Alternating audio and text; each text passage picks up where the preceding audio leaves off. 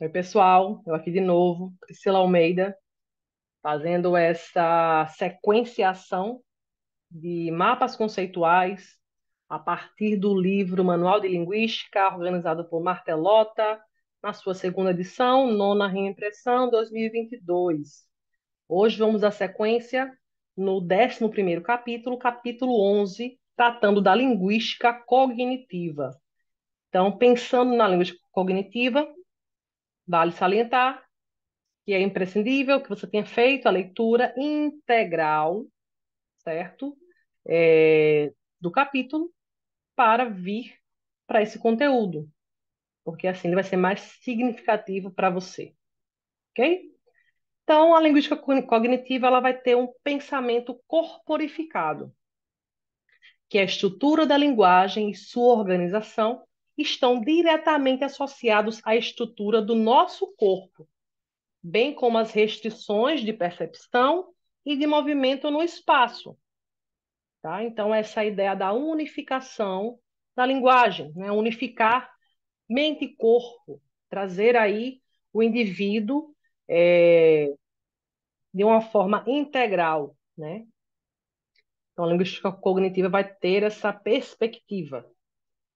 Além disso, ela vai ter um caráter interacional de construção de significado, tá bom?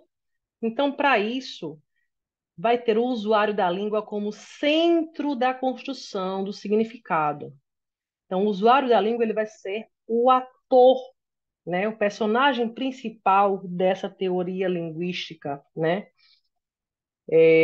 Nesse caso, a busca da compreensão do fenômeno de significação impossibilita a exclusão dos principais personagens desse processo, o falante e o ouvinte. Então, pensando que nós estamos estudando teorias linguísticas, que vai ter a linguagem como centro, então, os principais personagens, os usuários, né, da língua, nesse caso específico do cognitivismo, nós vamos analisar não apenas o falante, mas também o ouvinte, né, os usuários da língua em questão.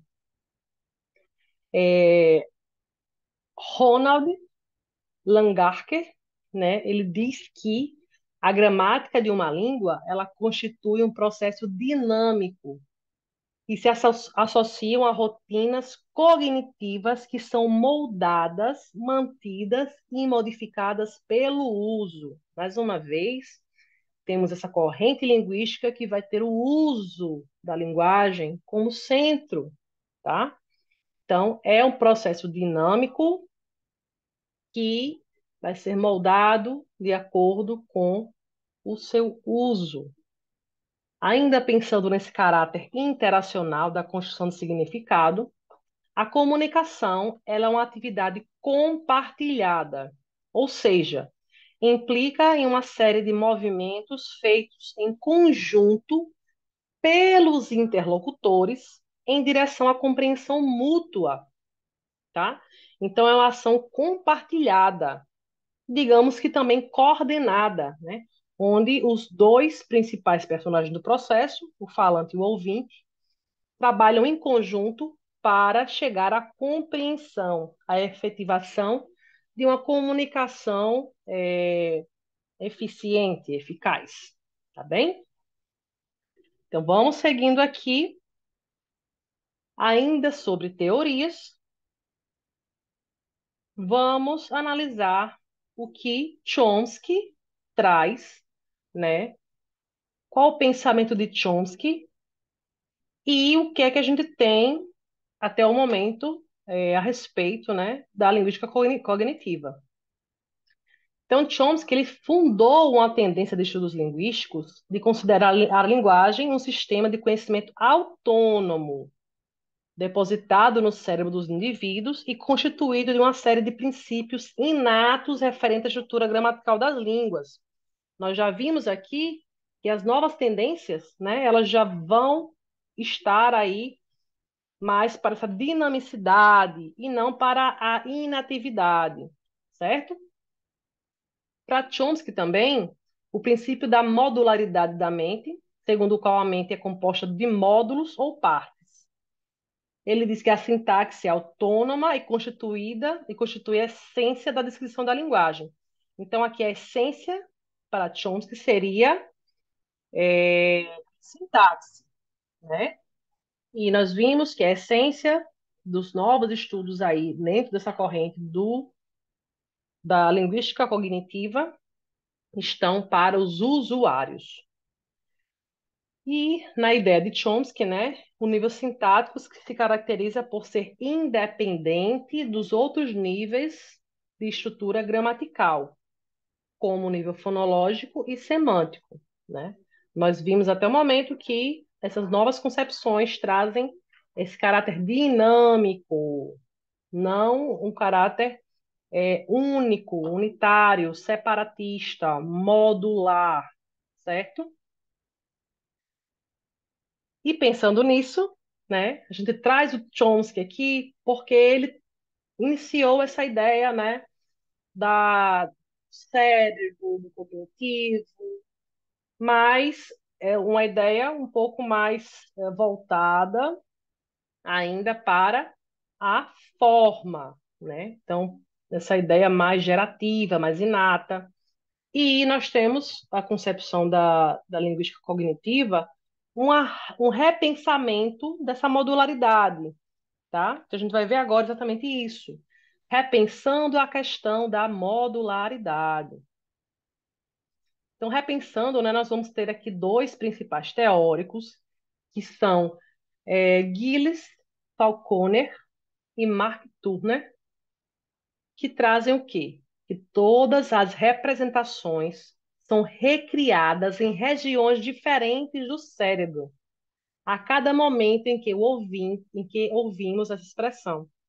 Então, várias regiões, não apenas um módulo, né? Então, se eu falo, eu não vou estar usando apenas uma parte, um módulo do meu cérebro, apenas um módulo sintático ou um módulo morfológico, né? Não existe essa separação, porque sempre vamos usar aí regiões diferentes. Ressaltam que é a mais simples das atividades do nosso dia a dia, como, por exemplo, reconhecer que um objeto é uma xícara de café, implica ao mesmo tempo representações visuais e táteis de sua forma, a temperatura, o odor, o gosto do café e também o modo como esse objeto é manuseado e utilizado. Então, aqui mostra, né, vai contra a ideia de modularidade, porque não tem essa questão única. Ah, é uma xícara de café. Reconheci uma xícara de café, mas todos os elementos que estão implicados nessa construção de imagem, né? Temperatura, cheiro, cor, sabor, todas as questões que são ativadas no nosso cérebro nesse momento, tá? Então, por isso, linguística cognitiva vai buscar aí, de fato, essas influências da nossa psique, tá bom? Aí vamos ter aqui o processo de significação, repensando, com mais uma vez, essa questão da modularidade. Então, tudo que a gente está vendo aqui é uma desconstrução é, dos princípios de modularidade estudados nas escolas anteriores, tá bom? Então, na concepção cognitivista, não há significados prontos, mas mecanismos de construção de sentidos a partir de dados contextuais essencialmente ricos e dinâmicos. Mais uma vez, o caráter dinâmico da linguagem, né? O contexto, a concepção. Então, não existe nada pronto, mas algo dinamicamente construído aí no nosso cognitivo. Temos também a ideia do sociocognitivismo, né, que é a importância do contexto nos processos de significação e o aspecto social da cognição humana, tá?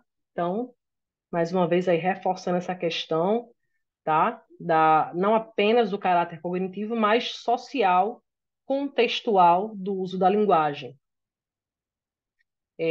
Também temos aqui, ainda sobre esse tópico, é a ideia de que a linguagem ela não constitui um componente autônomo da mente, ou seja, não é independente das outras faculdades mentais, tá? Então, mais uma vez, rompendo essa ideia de que existem módulos, que existe essa separação pronta, tá? Da linguagem e dos outros componentes da nossa mente. Buscam a visão integradora do fenômeno da linguagem com base na hipótese de que não há necessidade de distinguir conhecimento linguístico e conhecimento não linguístico, tá?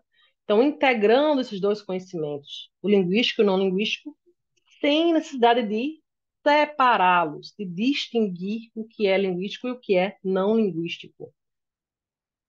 Leve em conta aspectos relacionados a restrições cognitivas, que incluem a captação de dados da experiência, sua compreensão e seu armazenamento na memória, ainda como a capacidade de organização, acesso, conexões, utilização e transmissão adequada desses dados.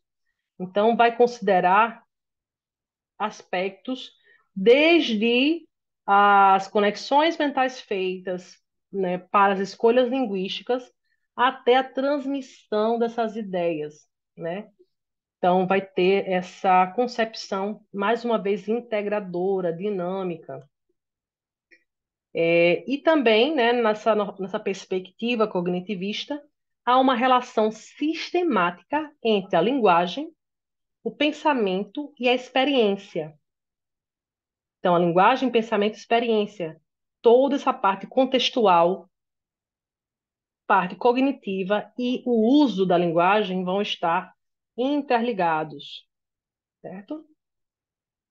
Vamos seguir aqui, tá? Com essas definições do nosso capítulo 11, onde vamos ter a organização do conhecimento. Então, para a linguística cognitiva, como se dá a organização do conhecimento?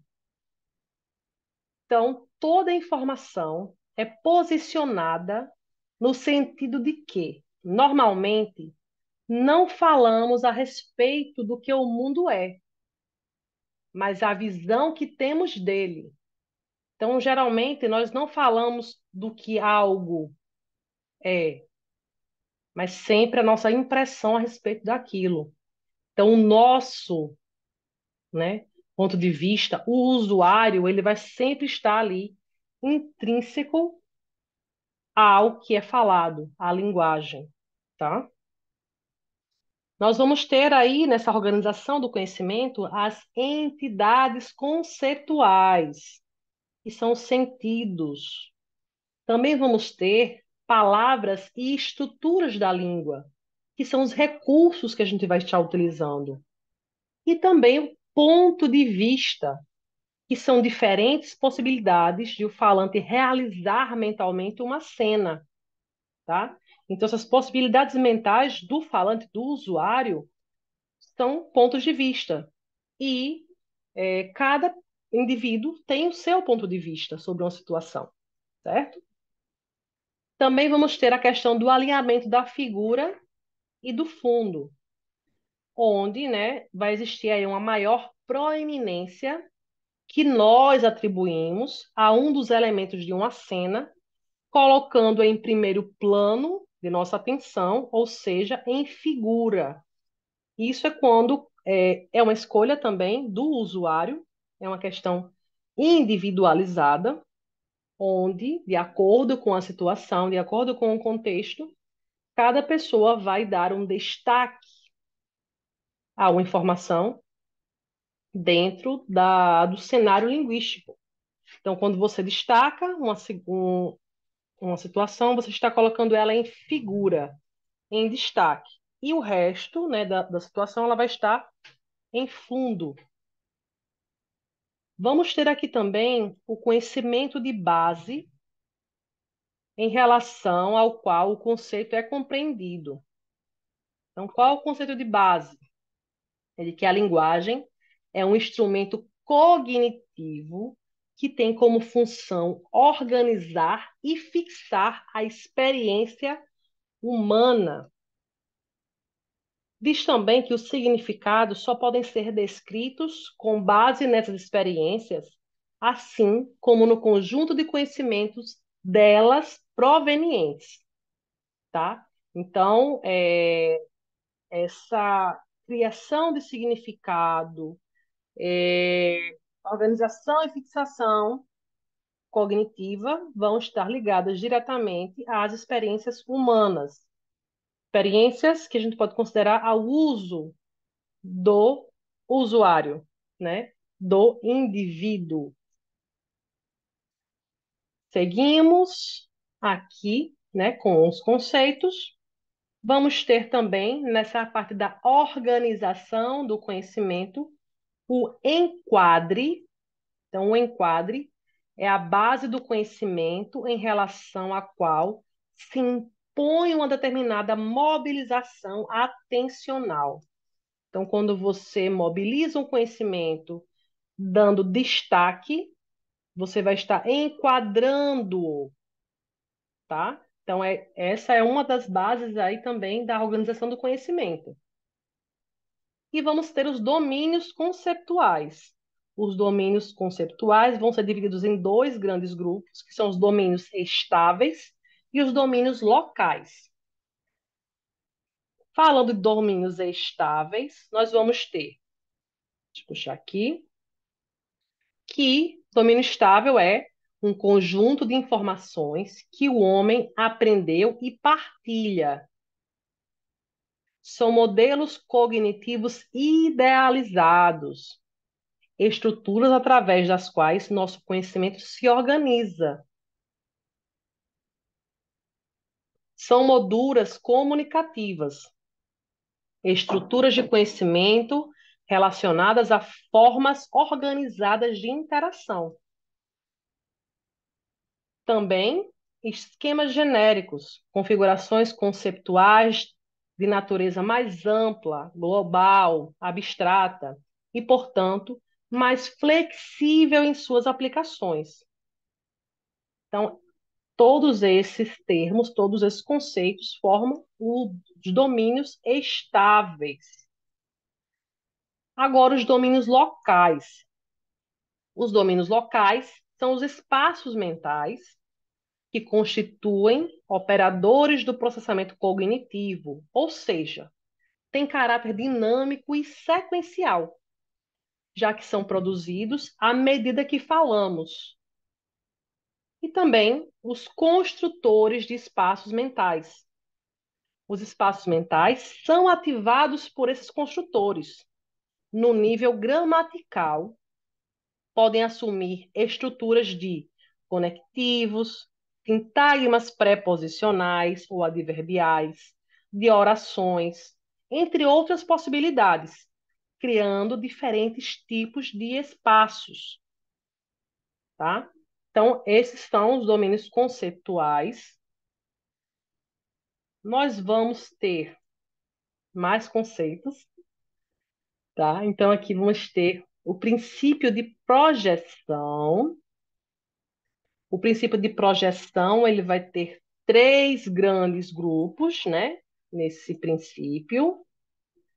Primeiramente, vamos ter as projeções de domínio conceptuais, ou também conhecidas como MCIs, que é tomar a estrutura de um determinado domínio, chamado domínio fonte, para falar ou pensar de outro domínio, chamado domínio alvo. Então, você vai pegar estruturas do domínio fonte para falar do domínio alvo. O que seria domínio fonte? Domínio fonte pode ser o remetente, o destinatário, o recipiente, os objetos. E o domínio alvo seria do remetente, a fonte seria o falante. Do destinatário, o ouvinte.